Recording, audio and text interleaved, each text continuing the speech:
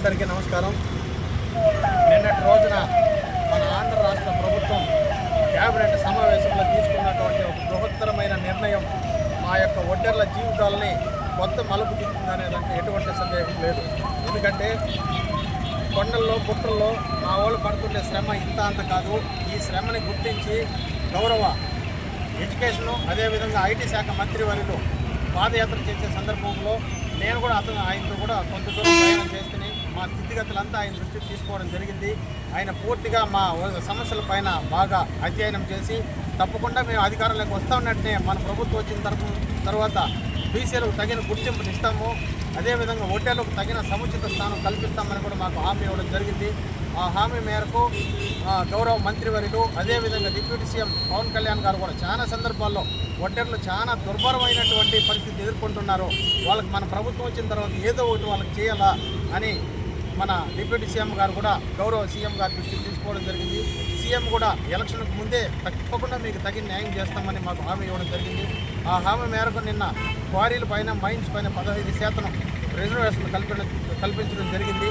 అదేవిధంగా సీనరేజీలో టెండర్లో కూడా 50% మాకు సబ్సిడీ కల్పిస్తూ ఆదేశాలు ఇవ్వడం జరిగింది.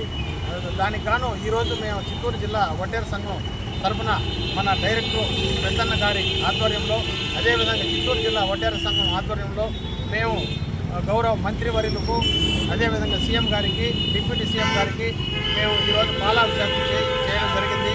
అదేవిధంగా చిత్తూరులో మా యొక్క వడ్డెర్ల సమస్య ఏదున్నా గౌరవ చిత్తూరు ఎమ్మెల్యే జగన్మోహన్ గారి దృష్టికి కానీ అదేవిధంగా పోతులపల్లి ఎమ్మెల్యే గారు మురళీమోహన్ గారి దృష్టికి కానీ తీసుకుపోతే వెంటనే దగ్గరుండి మా యొక్క సమస్యలు వాళ్ళ సమస్యలుగా భావించి వెంటనే మాకు పరిష్కరించి దానికి సరైన మార్గాలు కూడా ఆదేశిస్తున్నారు. అటువంటి వాళ్ళకు కూడా మేము పూర్తిగా ధన్యవాదాలు కృతజ్ఞతలు తెలియజేసుకుంటూ రాబోయే కాలంలో ఈ యొక్క కూటమి ప్రభుత్వంలో వడ్డేర్లకు సముచిత స్థానం దక్కుతుంది, అదేవిధంగా పూర్తి న్యాయం జరుగుతుంది.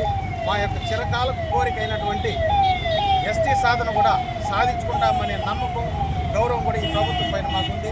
తప్పకుండా మాకు న్యాయం జరుగుతుంది. అదేవిధంగా ఇప్పుడు కొత్తగా బీసీ చట్టం కూడా అమలులోకి తీసుకొని రాబోతున్నారు. ఇది వచ్చిన తర్వాత కూడా పూర్తి న్యాయం జరుగుతుంది. బీసీల ప్రభుత్వం పట్ల మా ప్రభుత్వంలో ఉన్నటువంటి చిత్తశుద్ధి ఈ ఒడ్డెర్ల పైన 15% రిజర్వేషన్ కల్పించడమే దీనికి నిదర్శనం అని కూడా నేను ఈ సందర్భంగా గుర్తు చేస్తూ వాళ్ళకు పూర్తిగా ధన్యవాదాలు కృతజ్ఞతలు తెలియజేసుకుంటూ సెలవు తీసుకుంటున్నాను.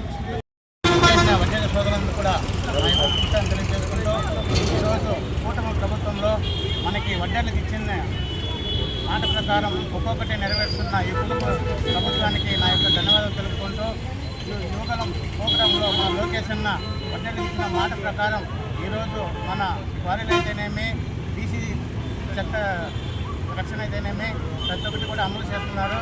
ఈరోజు ఇంకా ముందు మేము మన అందరూ కలిసి డైరెక్టర్ చైర్మన్ అంతా కూడా కలిసి మన నెక్స్ట్ రాబోయే దీంట్లో ప్రతి ఒక్క 50 ఏళ్ళ పెన్షన్ కానీ ఎస్టీ రిజర్వేషన్ కానీ సాధించుకుంటూ కోరుకుంటూ ధన్యవాదాలు తెలుపుతున్నాను.